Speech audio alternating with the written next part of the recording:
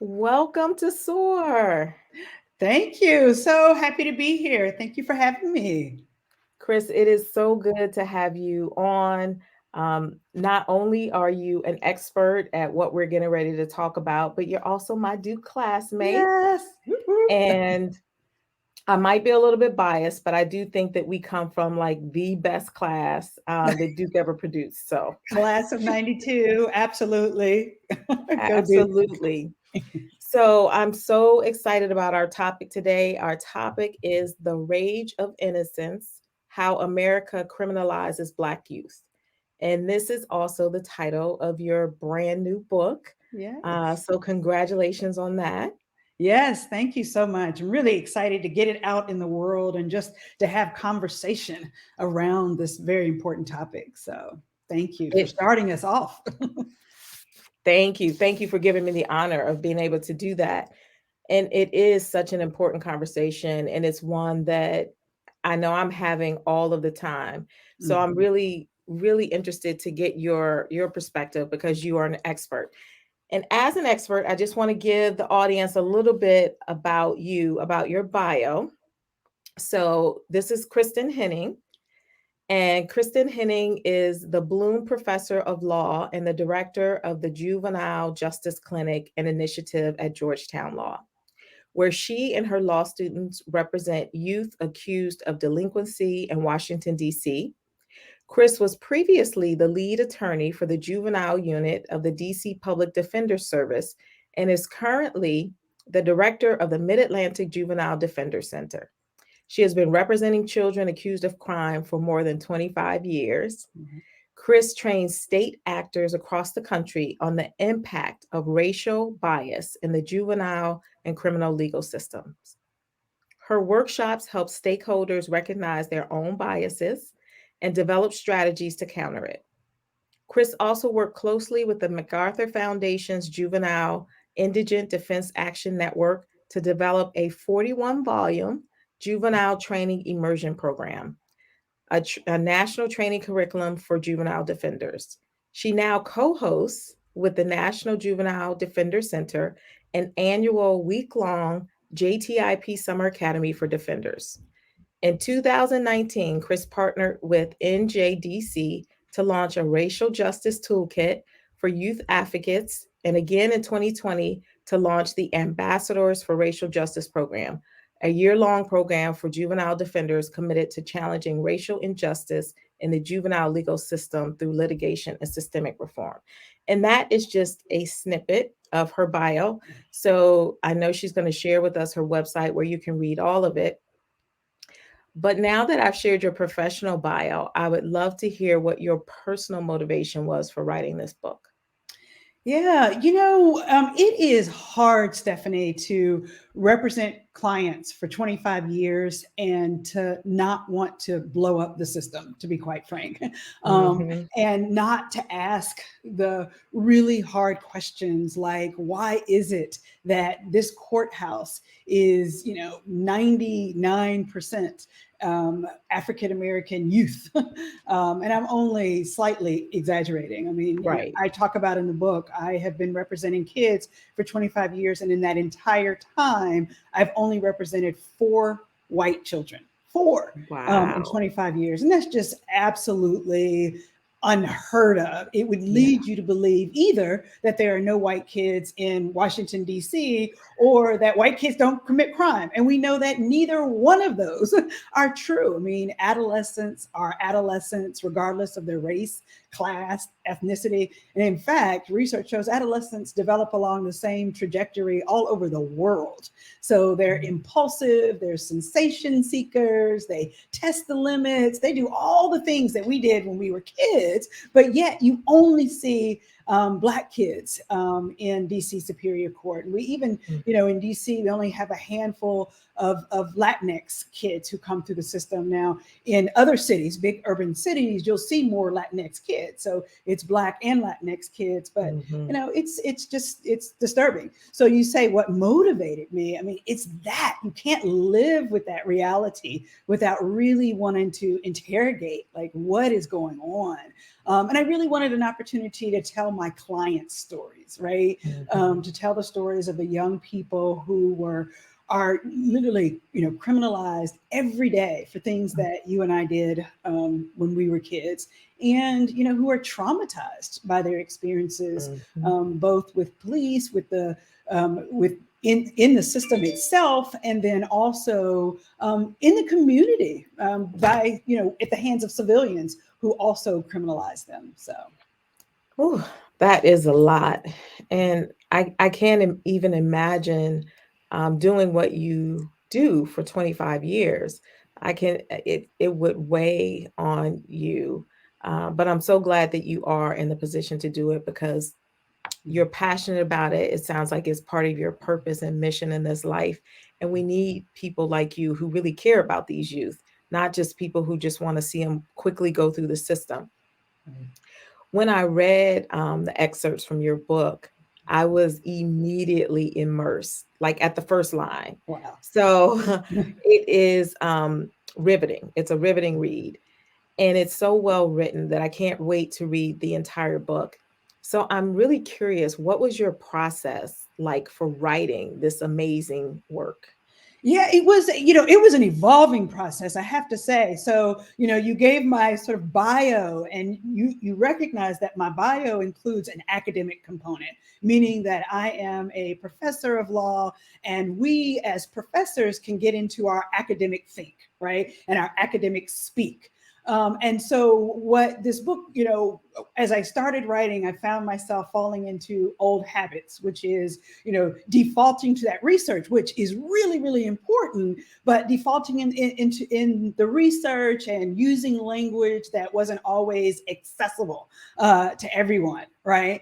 And what I also realized is that what was more important to me than anything was my clients' voices, right? And so really ultimately the process became over time was to pull back from this academic approach and to say, start with the stories. What are the stories that you want to tell from your experiences representing children in the District of Columbia? And so I literally, like, several years ago, created a folder on my computer with all of the stories that I just thought, no way, this is crazy. Yeah. We would never do this to a white child or a middle class child. We just wouldn't do that. And so I started collecting those stories, and those stories really became the foundation. And instead of letting the research drive the stories, I let the stories drive the research. So then, if I have this narrative about this Black kid who was criminalized for something that a white kid would never be brought before the courts for, then what's driving that? What is that research? What research explains that? And so Mhm. that was really a critical piece of the process. And then beyond that, sometimes there were just pieces of research that were just so important to share that I needed a story that would help amplify that. And so I then Okay. also began to draw from these high profile stories that all of us know about and have heard of, or at least most of us. So stories about Tamir Rice and Mhm. Mike Brown, and the young girl who was unnamed but was 13 years old and who was pepper sprayed, Mm. in New York. I mean, and the stories go on and on. And Yeah. Shakira, who was ripped from her chair by a school resource officer in South Carolina. So those stories then became natural and they came easily. And so what this book is ultimately is honestly, I really appreciate your saying that the book is riveting. I think it's riveting because it ties together the voices of the children. Together with that research, and hopefully the research is offered to the audience in a way that is accessible and readily applicable to what we see every day. So Thank you so much for sharing that. I am a research nerd, so I really appreciated the research, but it was the story that captured me. So I think you found the perfect balance between the two. great. Now, I have teenage boys. I have a 13-year-old and a 15-year-old. And I know a lot of other moms with teenage boys, and this is a constant conversation amongst us, is how do we prepare them to grow up and be Mhm, Black men in America? mhm, mhm. But not steal their innocence? Excellent. What? I mean, just yes. And that is the Exactly. hard question, It right? is. It's a hard question. And so I am so excited to have this opportunity to ask that question of Yeah. you because, your book is really talking about the rage of innocence. So, what are your thoughts on how to sort of strike that balance? Yeah, I mean, literally spot on the right question. And I say that because as I was doing my research, and I'll tell you, this gets directly answered in chapter 5, this Okay. question. And the chapter is called The Politics of Identity Development. And it's Mhm. all about the ways in which, Black identity development is formed and challenged as a result of what you just described. So it is, as a Black parent, how do I make my child aware of the realities of racism, that they are going to encounter moments of racism or um, overt or subtle or whatever, right? And have them be prepared so that they're not shocked and hurt and harmed in ways that could have been avoided. While at the same time, we don't want to terrify our children. We don't want to create trauma. And then we also don't want to create a situation where our children are completely afraid of all police and who are Mhm. resentful of white America and who walk around life believing that there are no white allies, because we know that's also not true, right? And so it is a really delicate line. And so some of the things that in the research, I began to do some research around this question, and sort of what the experts begin to tell us is, indeed, one, just being aware that it's a fine line, that Mhm. you don't want to overstate your cause, but that you want to marry sort of these warnings with indications of resilience. And so, what do I Oh. mean by that? So, drawing upon Black history, right, and highlighting the Rosa Parks and the Thurgood Marshalls of the world who encountered racism but did something about it, right, and did something about it in safe and constructive ways, right. It is about working with your local school to make sure Black history is incorporated and told well, and Mm. accurately within the school system, and not as a labeling or a negative perception. That really positive reinforcement of young Black and brown boys and girls is really, really critical, right? And especially, Stephanie, during their adolescent years, Mm. because the ways in which we come to think about ourselves, who we are, what we can become in life, and how we will be received in life, really get fixed in our minds during our adolescent development years. So more That's than any true. other time, certainly during childhood, right? But during those teenage years, making sure our children are buffered from those negative labels and negative stereotypes through positive reinforcement. Right. And then also, too, I think the final tip would be it's about giving tools, right? So, working through scenarios with your child. Like, so if this were to happen, one, I want you to whoa, stop, think, right? And then let's Mhm. talk about, let's, moot out what might you say without becoming angry or, resentful. How is it that we might, walk our way through these moments. So I think that's some of those are some of the tips that I share and that were shared through the research with me. That's absolutely perfect. So I heard 3 main points. The first one is to give them examples of positive, historical figures that encountered racism and overcame it in a constructive way. The second one is to build up their self-identity and Mhm. self-esteem in the teen years. And then the third one was to, give them a buffer of resilience and to work through some scenarios so that they're prepared. Yeah, I think that's Okay. right. It's a good summary. Awesome. I appreciate that. Um, we talked about how timely your work is, just because of everything that's going on in society and continues to go on in society.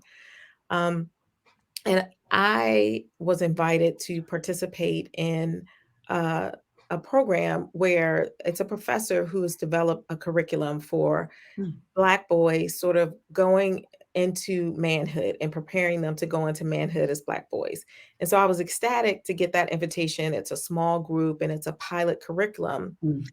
And so we have these topics, and this week's topic just happened to be justice. Ah. Uh, and we have to discuss the questions as a family. And so one of the questions was, do you live in a just society? Mm. And I was really surprised that both of my sons pretty much thought that they did. Oh, wow. Their answer was kind of yes, and that was shocking to me. So, I'm trying to do those three things that you mentioned, but I might need to kind of balance it out a little bit. So, what should we be teaching our children about justice and the justice system in America? So, what I love about what your son said is that I think from their lens, they have hope.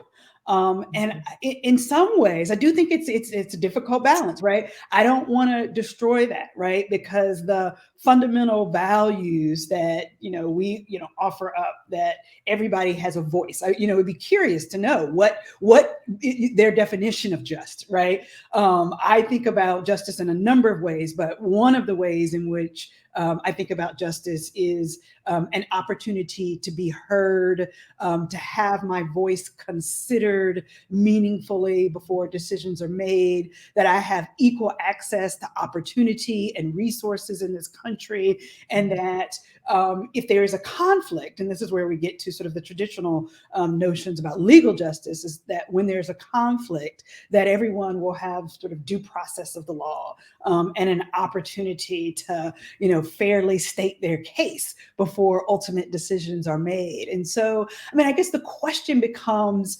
at this age in their lives, how are they measuring justice? Right. Mhm. And my guess is that a lot of this has to do with your parenting, right? That you've given them an opportunity to have voice, that you've given them an opportunity to have access to what, the best of what America has to offer. And so I think for them, and then they probably haven't dipped their toe into, I don't, want to make any judgments, into this, right? This legal justice system. So where they sit now is a safe space, right? And this is what Mhm. we want. And this is about, parenting and the community and the school in which your children go to.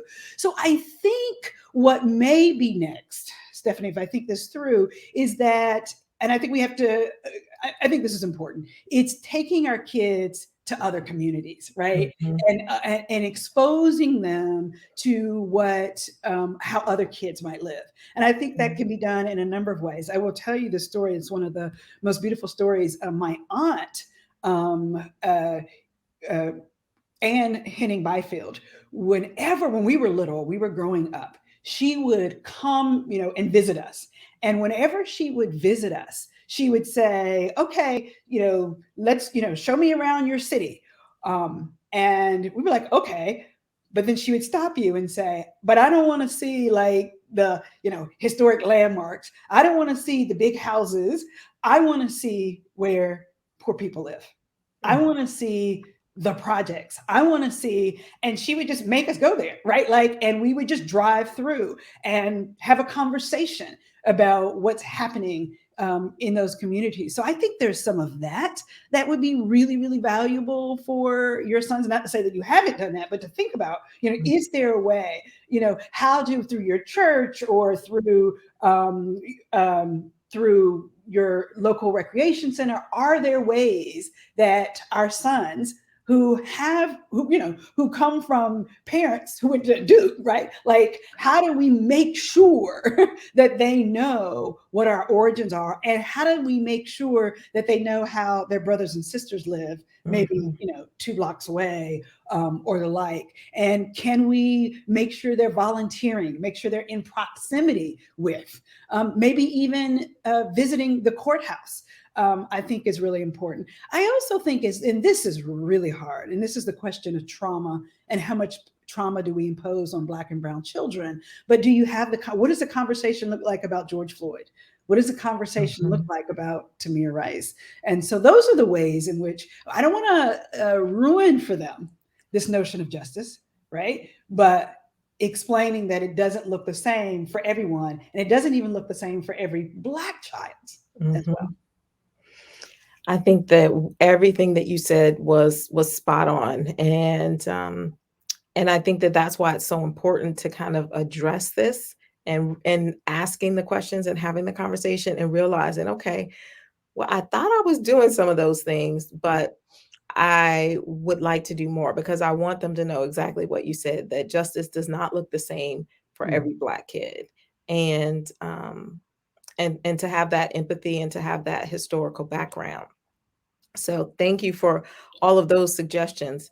Now, in the book, you talked about a client, and I'm, Mhm. named Eric, Mhm. who was a 13-year-old adolescent who got into a lot of trouble for doing something that any other adolescent probably would have done. And actually, as you cited in the book, another white adolescent did the exact same thing and basically got opportunities from it, whereas this Black child got punished for experimenting. And so I have two questions. My first question is there an update on Eric? Like, what ultimately happened? How is he doing? Yeah. Um, and then the second question is, what are the main takeaways you want us as readers to leave with after reading this story about Eric? So really, okay, you're gonna hate this answer, but I want to say you got to read the book. So I'm just gonna tell you, if you hold out till chapter 9. So you're absolutely right, Stephanie. I opened the book with the story about Eric, right,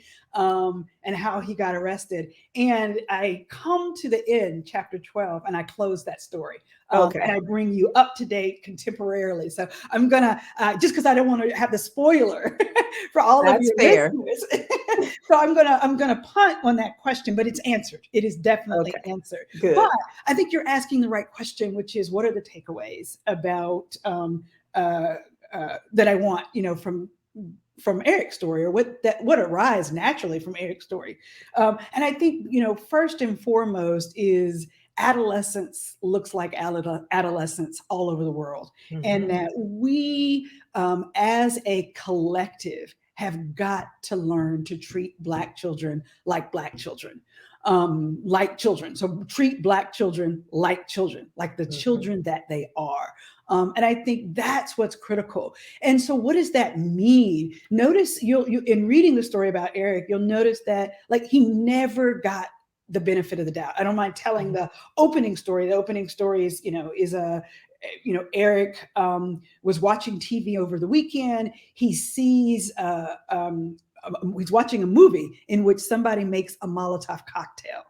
And he, like a 13-year-old, says, "Ooh, that looks cool. I want to make something that looks like that." He jumps up, he runs to the kitchen, he grabs a whole lot of liquids, bleach, pine slaw, and pours them into an open bottle. Mind you, none of these things by themselves or in combination are flammable. Okay. mhm, He then takes a piece of toilet paper and sticks it in the bottle and has it hang out over the bottle as if it were a wick. And then he closes the bottle. Well, we also know that a piece of toilet paper is going to burn out before it even gets to the to the bottle. So there's no way this is flammable at all. Well, he puts it in his book bag, and he accidentally takes it to school, meaning he just forgot it was in his book bag. He gets to the front door. He has to put his bag through the metal detector, and the school resource officer says, "Hey, what is this?" Eric then says, "Oh, that's nothing. You can throw it away." Eric goes on to class, minding on his own business. mhm, And just a short time later, police come rushing in, fire department comes in, they arrest him, they take him out, and no one gave him the benefit of the doubt. He kept saying, "I wasn't intending to blow up the school. I forgot it was there. It's not flammable." All the things that a teenager says, and nobody gave him the benefit of the mhm, doubt. And so that's part of what treating and engaging with adolescents looks like. And that's one of the takeaways. Why don't we treat them the same as we treat others? Why are Black children presumed to be dangerous and criminal and mhm, to be feared? And so I think really what I wanted to do in this book is to shift the narrative, right? And mhm, so throughout the book, I try to tell the counter narrative, which is the underlying stories that these kids are just kids, right? mhm, And the other thing that I think I really want from this story is that, even though that that offense. Possession of a Molotov cocktail, attempted arson of a school sounded terrifying. It sounds like the violent crime of the century. All these kids are going to die. And reality was nothing like that. It's about narrative. It's about how we shape the stories that we tell about our children, and especially about our Black children. So I really wanted folks to walk away recognizing statistically that the vast majority, and I'm talking like 80 to 90%. I should actually just flip the stat and say this: only 9% of arrests involving children, and include Black children, involve serious violent offenses. The vast majority of offenses for which children get arrested and find themselves in court are those lower level offenses that we, there are alternative strategies for altering that behavior. For, you all had teenagers or weren't a teenager that experimented, that did something impulsive, something stupid, something that we regretted. We experimented with drugs. We experimented with sex. We did all these things when we were kids, and we weren't arrested for them in the ways that we are now. And so I think that's really the takeaway from this. Yeah, definitely. And that definitely leads me into my next question. So in the bio, I talked about how you've developed curriculum and training, and you go around and speak. Who is the audience for this book? Is it the same audience that you already speak to, or is this intended for a broader audience? And what is the call to action that you would heed us to after reading this book? So this is great. So it's a both and, right? So it is a continuation of the audience that I've been speaking to already, but that's a very narrow audience of justice involved stakeholders, right? So judges, prosecutors, defense attorneys, police officers, probation officers, social workers, folks like that. That's been the core of who I have engaged with till now. And so part of that is about reforming the system that assumes that the system stays as it is in large measure, right? But that we're tinkering around the edges. We're making it better for Black and brown youth, right? But I wanted to do something bigger. This is the notion I said earlier about you can't do this work for so long without wanting to blow the whole thing up. Well, I can't blow it up. So, but I can, right? Try to make the nation as a whole, right? So to make the average reader, or at least the reader who cares about children, right? Interested in this conversation, and I should say more than interested, aware of a conversation that I think they don't know. So I think we know intuitively, and we've seen it on television, that Black children and brown children, are disproportionately affected by the criminal legal system. But to understand how pervasive it is on a day-to-day level, what it looks like on a day-to-day level is shocking for most people. And I've a couple of public defender friends who've been doing the work like I have, maybe on the adult level, right, in adult criminal court, have read early drafts of the book and were blown away. Like, I just had no idea how bad it was for kids in certain pockets of our country. And so I wanted to really bring that to life. And so this book is, you never write a book for everybody, because if you're trying to write for everybody, you write for no one. Right? Everybody, just people are not going to be happy with this book. But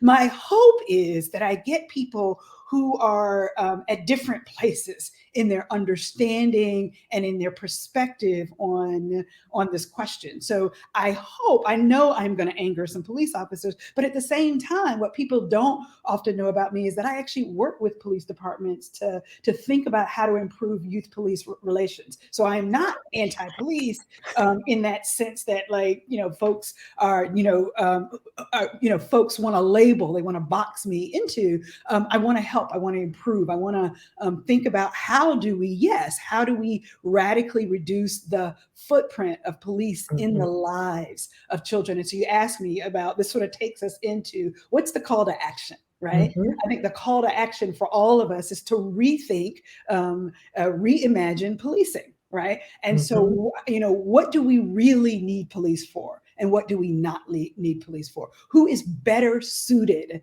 to do to take on some of the responsibilities and roles that we have currently assigned to police officers in relationship to children, right? So that means, reducing the physical presence of police officers in the school system, right? Not to say that police officers will never be necessary if they're called in for a major, criminal activity, but how can we rethink safety in schools?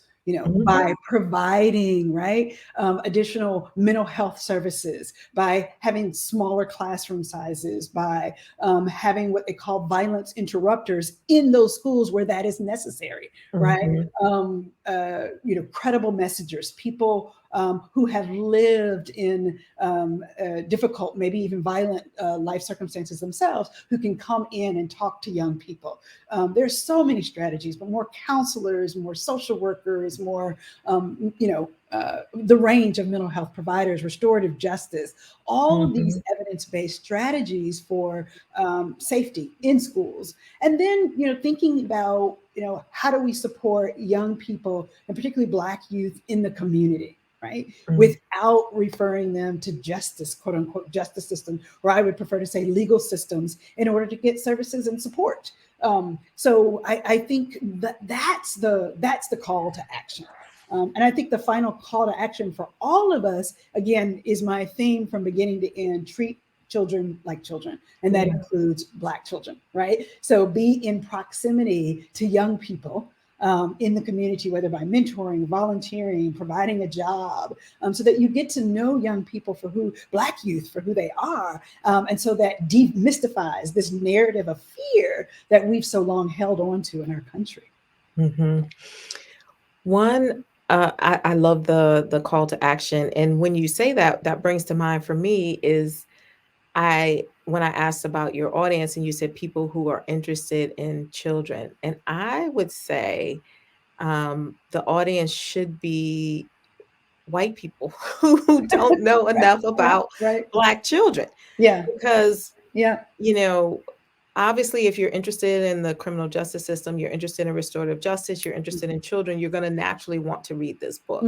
But I think that there are some people who need to read this book, even if they're not interested in children, because they need to understand their role in perpetuating these societal norms that don't allow Black children to be viewed as children.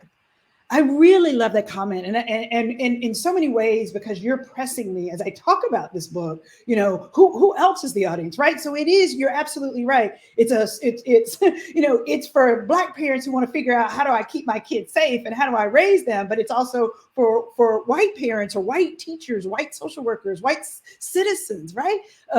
Who really, whether they care about children in particular, have a unique interest in children, but who care about justice, right? Who care about our democratic principles, right? Who care about fairness and equity and race relations in our country. That the race relations starts with our children and how we treat our children. So it's an entree into these much broader conversations that we need to be having in society. And if we can't get it right with the young people, right, then how are we going to get it right at all? So I really think it's a really important point that you asked about. And you talked about policing and police officers, and you talked about the police resource officers that we have in our schools. And it's such a controversial topic, right? Because I think earlier this week or last week, I got a text message that said that the high school was on mini lockdown or something, and my heart stopped. I'm sure. So, as parents, as a society, there's this dilemma between wanting to keep our children safe and not wanting them to be over policed. Right. So is there a role? I know you said to decrease police officers' presence, but is there a role for the officers in the schools? And how does, and you did a lot of explanation of the historical perspective in your book, which I loved because I had no idea. What's the importance of understanding that historical perspective in understanding whether there's a role for them in our schools today? Yeah, so a great question, and it's really one. I think it is the question that people want to know. It's like, well, and that's Black parents and white parents, it's teachers, it's the community, and what I think we have done in society is that we've created this false binary that the only way to achieve safety in our communities is public safety. I mean, is policing, right? And that there aren't other ways to make our kids safe. And so I listed some of those earlier. That's one thing. It's just that we care about safety, but safety does not have to, by definition, mean policing. Okay. So I wanted to start there. I also think that to the extent that we will engage police in the safety of our students, then we've got to be thoughtful about how, right? And so being thoughtful about how is, one, starts with physical presence. So in other words, if they're going to be, engaged in the safety continuum or the safety plan, can they not be right next door? Can't we not have satellite offices whereby our children don't have to be surveilled constantly as they come in and out and feel like, they're in a police state? And this is especially true. And this is, and some of you who are listening are thinking, well, my kid's school doesn't look like that. I want us to be mindful of what it's like to have kids who go in traditional urban school settings and the like. So that's one. When officers are present, how are they dressed? Are they in uniform? Do they have weapons at their side?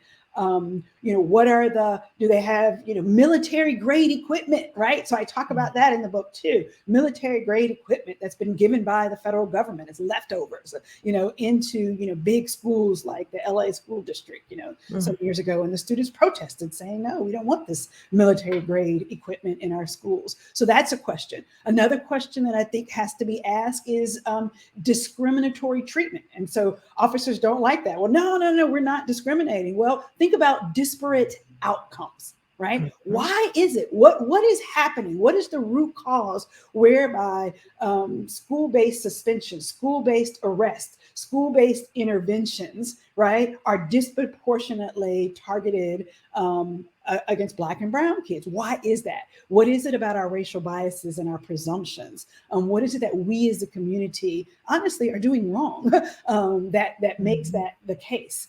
And so I think there's a lot there, and I also think that people forget, right? We have a 911 system.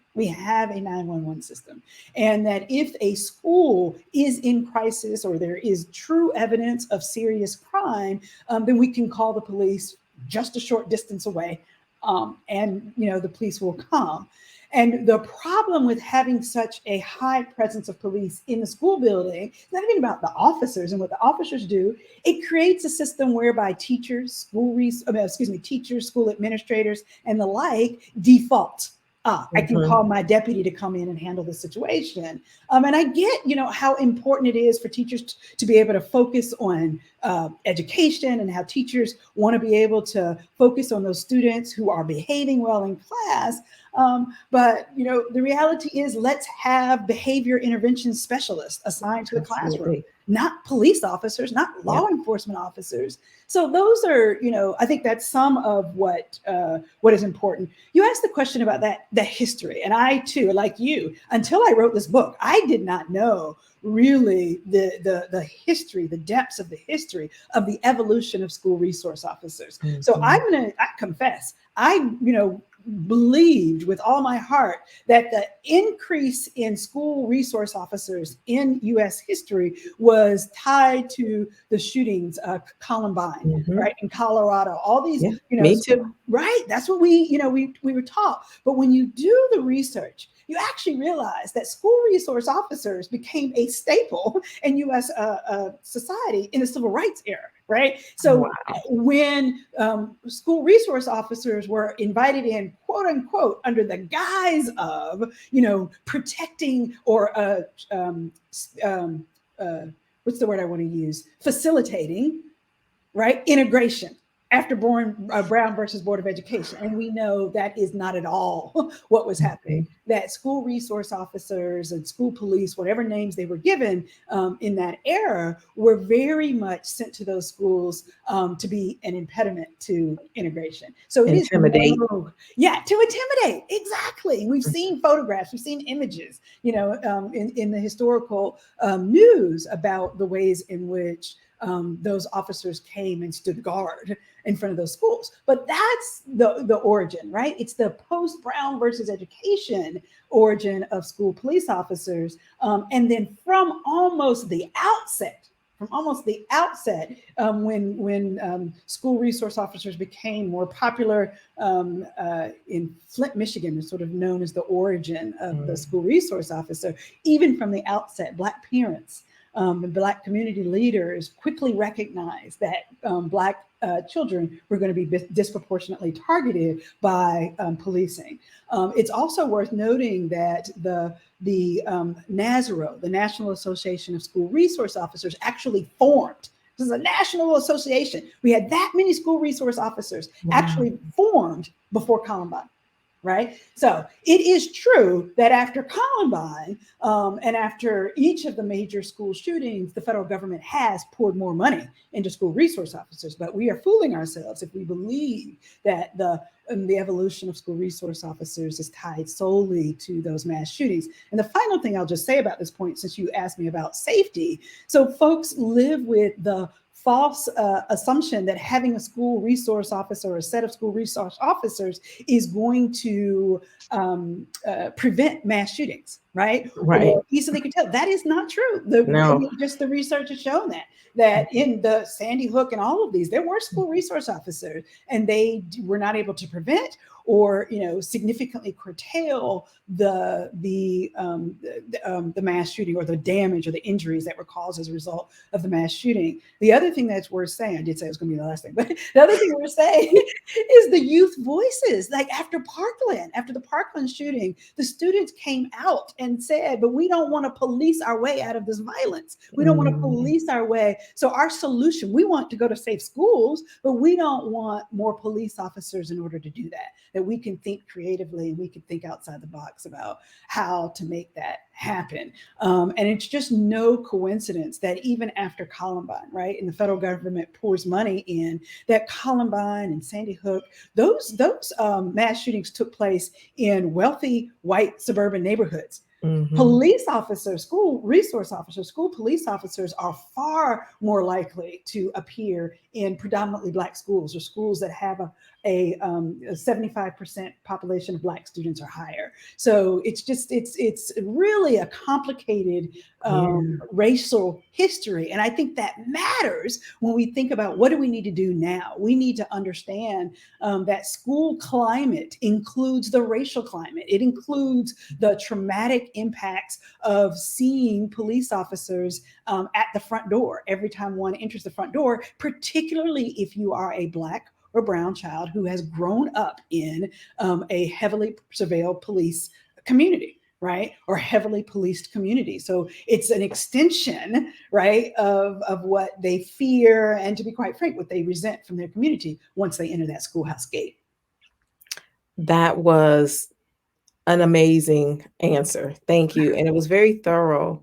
And it really, it really just makes me say everybody needs to read this book, because I think it's just a natural, we've been conditioned to think that police means more safety. And if you don't think about it, the fact that that's just not true. It's not true that putting more police in the schools will make your children safer. Then you just kind of like go along with that. Right. So I think just reading this book can educate you and also disrupt that idea. But I'm so excited to read the whole thing and get to the end and find out what happened to Eric. And as we wrap up the interview, I just wanted to ask you, I know I've asked a lot of questions. What are the 3 things that you would like to really share about this book with my audience? Oh, really great question. I think it's that, one, I really want to underscore that the book is full of narratives and stories from Black children. And Mhm. so that when I talk about remedies in chapter 12, my opening remedies, if you want to know what to do, if you want to know how to help Black children, ask them. Right. And so I think that's probably my number one takeaway. I think another one is that every one of us, whether we are involved in the legal system or not, whether we're a parent, whether we're a teacher, that every single one of us has some role to play in Mhm. altering that narrative, right? Altering the narrative of fear about Black children. So it starts by educating yourselves. So I do hope you'll read the book, but educating yourselves, not just by reading my book, by, getting out into, the Black community of young people, figuring out ways to volunteer and be in proximity to Black children. I think that's a second thing I really want folks to take away. And legislative advocacy, or I shouldn't say Mhm. legislative advocacy, but because I think that's too narrow, but be engaged in this work. So as a citizen, you vote, right? You vote people in and out of office, right? For those of you, be aware. What is the chief of police? What's their politics on youth police relations? If you have an elected district attorney, what's their view? What are their views on youth police relations? So thinking about ways in which you can touch the system and make a difference, make your voice be heard after you educate yourself. I think those would be three takeaways. Thank you. Um, I always, when you talk about narrative, I love it because that's one of the things that I aim to do with this podcast is to allow people to hear narratives from different people Mhm. that they may not normally hear them from. And I can't end a source show without asking you about limiting beliefs because I ask everybody about that. So in doing this work and in doing and writing this book, what were some of the limiting beliefs that you had to overcome? Because we may have somebody who's a budding author who may Mm. have some similar ones that they have to overcome. Really great question. So I mean, I think you have all of us come in with our self-doubt, right? And I think in embarking upon something like this, it is just huge. I think one limiting belief was nobody would be interested in this topic. I was sorely wrong about that. People are very interested in this topic, or people wouldn't be interested in this topic from an academic. And I think that's right. But here's how you overcome the belief. It's like, well, if people aren't interested in an academic conversation about it, then how do I reach the audience that I'm interested in, right? So I can overcome that by altering my voice and writing a trade press book that's available and accessible to everyone. I also thought definitely a limiting belief is there is no way I have time to write a book like this. And so I got to tell you, Stephanie, you talked about the research. There's so much research in there, interwoven with the narratives. And I mean, it took, at least 4 years to write this book. And I got to tell you, I was still and am still representing children in the local courthouse. I train Mhm. and speak, and just I have a life. And so figuring out, or as my family would say, you do not have a life, but thinking that it couldn't be done. I was actually associate dean for the vast majority of the writing of this book. And so really finding time at night and on the weekends and during Mhm. vacation to write this. And so I think that was a limiting belief that it just can't be done. And it can't, right? Like it will be a deep sacrifice, and you will get pushback from friends and family who say you have just disappeared, literally. But it was worth the sacrifice, and I hope that it's a vehicle for deeper conversations that I think we're beginning to have as a result of some of these high profile brutality that we're seeing. But it's more than that. I don't want the conversation to be about the brutality, just to be about use of force. I want it to be about the day-to-day lives. And so Mhm. overcoming the doubt, self-doubt gets us to that place. So Absolutely. So please share your marketing strategy, your book tours, how we can buy the book, how we can follow Yeah. you, all that good stuff. So let me start by saying you can buy the book anywhere books are sold. I know that sounds crazy, but I have learned, right? There are those of us who, support the big box companies. You know who they are. It is in Mhm. all the big box stores. It is in all the .coms. You can buy this book, but it's also at independent booksellers. It's in, your neighborhood bookstore. And if you don't see it in your neighborhood bookstore, ask them to buy it. But the book is officially released tomorrow. I do know some people's copy has already arrived over the weekend. So it is everywhere books can be purchased. It is published by Penguin Random House. And so it's very much alive and everywhere you want to buy it. In terms of marketing and getting to know more about me and more about the book and the stories, I urge you, and the book talk and the book tour, I urge you to go to rageofinnocence.com. Mhm. Extraordinary shout out to my brother, Kyle, who developed my website. He's actually, professional, but he developed this website for me. And it has a link to all of the book events that are coming up. We've got an event tomorrow night is opening night. We're going to open with a virtual event at Harvard Bookstore and at Politics and Prose on Thursday night, and a lot in between. And so if you don't see this before Tuesday or Thursday, a lot of those will be online and you will be able to watch them after the fact. But there are events lined up for the next several months. So I hope to see you and be in conversation with all of you at one of those talks. I am looking forward to it and to being able to see you in person. And thank you Yes. so much for sharing. And that was rageofinnocence.com. That's where we can get all of the information and the dates and the schedule. And can't wait to get my copy. Hey. And just so happy and so proud of everything that you're doing. Thank you so much, Chris. And thank you, Stephanie. Also, right back at you. Super proud of you for having these conversations and getting folks to think and be aware. So thank you for having me.